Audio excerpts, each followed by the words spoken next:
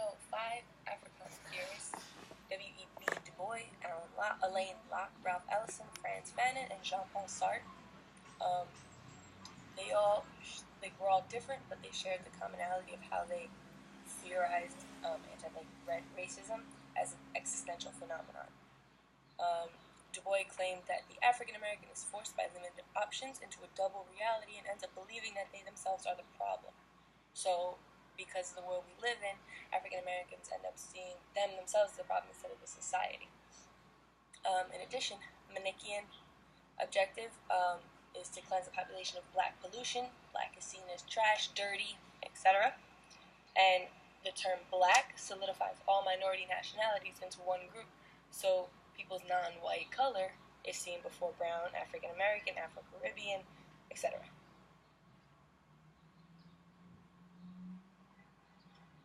So the black body. Sartre's argument is that our body is our perspective. Through us seeing outward, through others seeing us, and our awareness of others seeing us. They're broken down into two things, the sadist and the masochist. The sadist believes that the world can't see him. He's free from judgment. He lives in an invisible dimension. And the masochist believes that he can't be seen. He's not responsible for any of his own actions. Human beings are not full sadist, neither full masochistic, but ambiguous in that there's a level of meaningfulness and the need to be interpreted.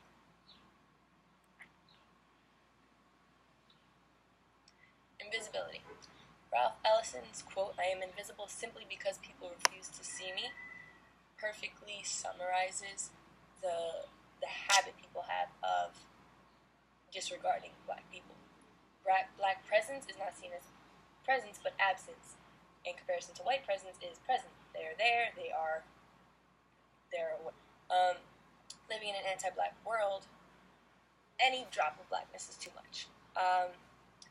And for those that are overdetermined, one black that's overdetermined represents the whole black population, and in an anti-black world, it's like taboo.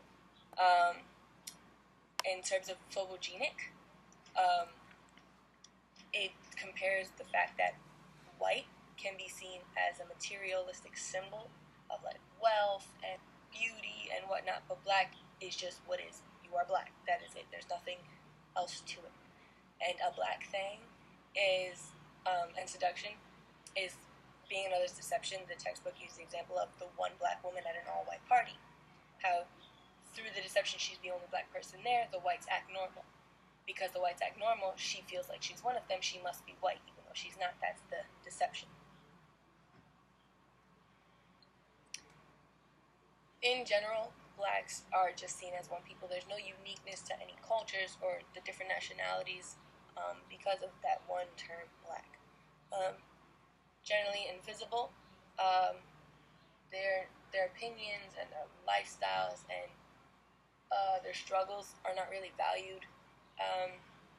Overall, they tend to want to escape their race because either they want to be more white or because they think they're a problem, when really it's the racism in society that's the problem.